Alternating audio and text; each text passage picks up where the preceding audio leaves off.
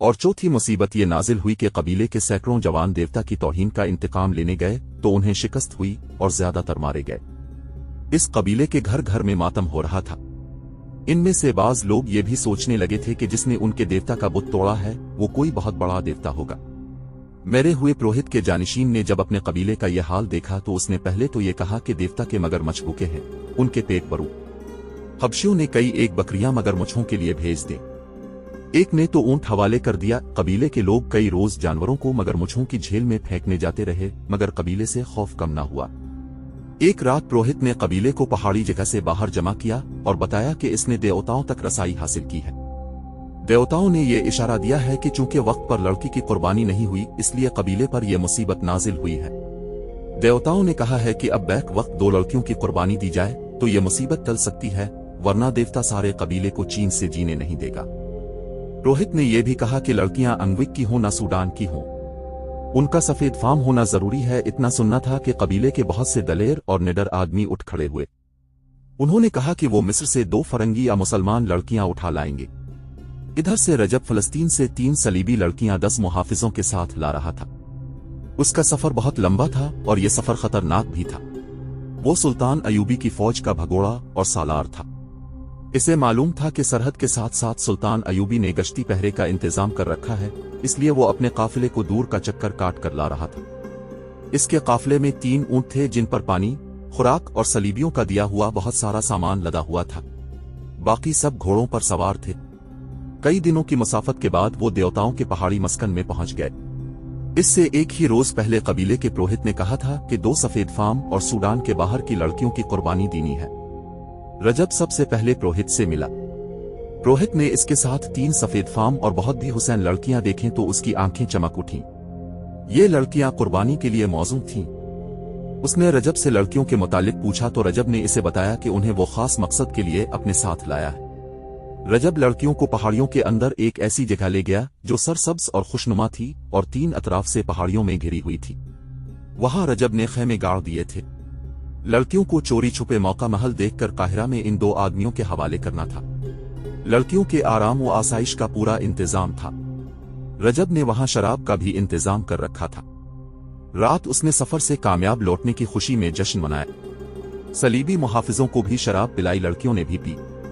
आधी रात के बाद जब मुहाफिज और उसके अपने चंद एक साथी जो पहले ही वहां मौजूद थे सो गए तो रजब एक लड़की को बाजू से पकड़कर अपने खेमे में ले जाने लगा। लड़की उसकी नीयत भांप गई। उसने इसे कहा, मैं तवाइफ नहीं हूं, मैं यहां सलीब का फर्ज पूरा करने आई हूं। मैं आपके साथ शराब पी सकती हूं मगर बदी कबूल नहीं करूंगी। रजब ने इसे चलते हुए अपनी तरफ घसीटा तो लड़की ने अपना बाज उछल लिया। रजब ने दस्त दराजी की तो लड़की दौड़कर अपनी साथी लड़कियों के पास चली गई। वो दोनों भी बाहर आईं।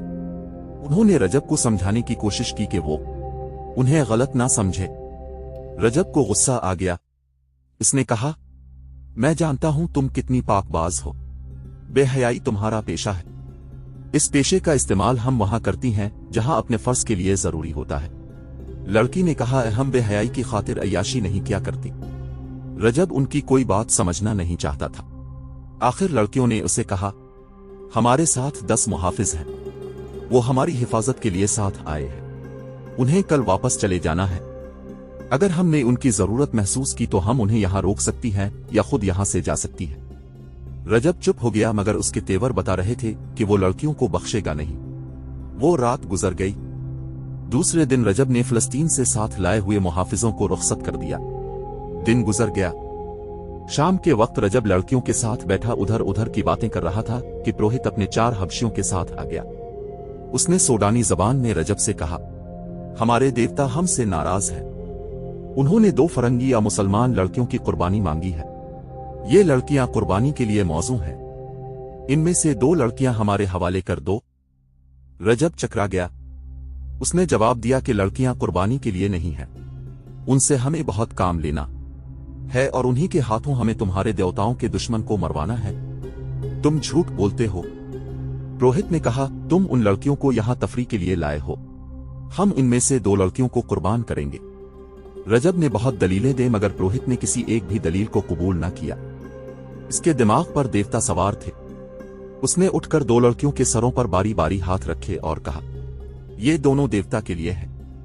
अंगलोक की नजात इन दो लड़कियों के हाथ में है। ये कहकर वो चला गया। रुककर रजब से कहा, लड़कियों को साथ लेकर भागने की कोशिश न करना। तुम जानते हो कि हम तुम्हें फौरन ढूंढ लेंगे।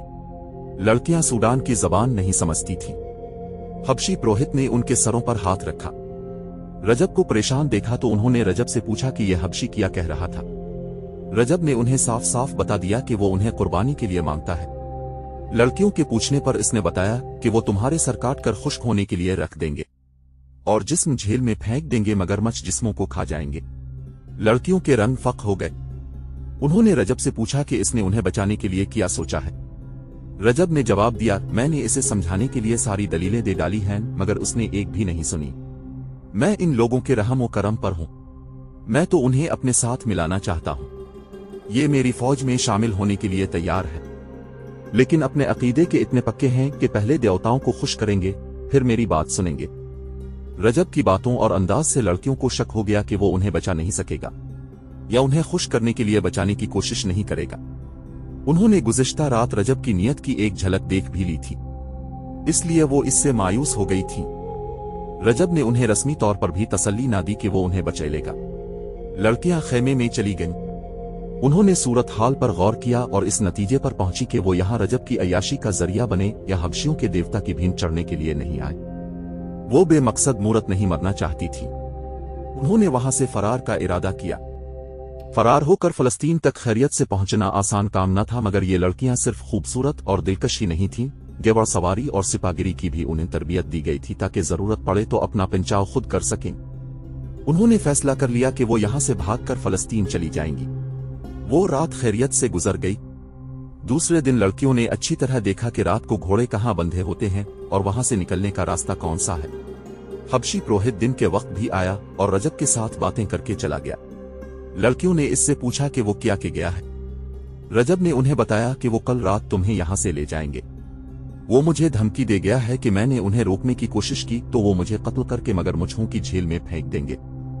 लड़कियों ने इसे ये नहीं बताया कि वो फरार का फैसला कर चुकी हैं, क्योंकि उन्हें रजब की नीयत पर शक हो गया था। वो गैर मामूली तौर पर ज़हीन लड़कियां थीं। उन्होंने रजब के साथ ऐसी बातें की और ऐसी बातें इसके मुंह से कहलवाईं जिनसे पता चलता था जैसे वो उन्हें बचाने की बजाय हबशियों को खुश करना चाहता है ताकि वो इसे वहीं छुपाए रखें और इसे सुल्तान अयूबी के खिलाफ फौज तैयार करने में मदद दें। लड़कियों को ये शक भी हुआ कि रजब उन्हें ऐसी कीमत के एवज बचाने की कोशिश करेगा जो वो इसे नहीं देना चाहती थीं। सारा दिन इसी शशोपंज में गुजर गया। रजब को शक न हुआ कि लड़कियां भाग जाएंगी। से इस वक्त भी शक न हुआ जब लड़कियों ने इसे कहा कि ऐसे जहन्नम नुमा सहरा में ऐसा सरसब्ज खित्ता कुदरत का अजूबा है, आओ जरा उसकी सैर करा दो। रजब उन्हें घुमाने फिराने लगा। आगे वो भयानक झील आ गई जिसके किनारे पर 5-6 मगरमच्छ बैठे थे। झील का पानी गलीज और बदबूदार था। एक लड़की ने कहा कि यूं मालूम होता है जैसे पहाड़ी के अंदर चश्मा है। सब ने जब पहाड़ी के अंदर देखा तो एक लड़की की चीख निकल गई। पानी पहाड़ी के अंदर एक वसी गार चला गया था। रजब ने कहा, यह हैं वो मगरमच्छ जो यहाँ के मुजरिमों को और कुर्बान की हुई लड़कियों के जिस्मों को खाते हैं। ऐसा हौलनाक मंजर देखकर लड़कियों के दिलों में फरार का इरादा और ज्यादा पुख्ता हो गया। उन्होंने सैर के बहाने फरार का रास्ता अच्छी तरह देख लिया और ऐसी नर्म जमीन देख ली जिस पर घोड़ों के कदमों की आवाज पैदा न हो। उनकी सैर की ख्वाहिश के पीछे यही मकसद था। उधर हबशी पुरोहित करीबी बस्ती में बैठा कबीले को यह खुशखबरी सुना रहा था कि कुर्बानी के लिए लड़कियां मिल गई हैं और कुर्बानी आज से चौथी रात दी जाएगी जो पूरे चांद की रात होगी।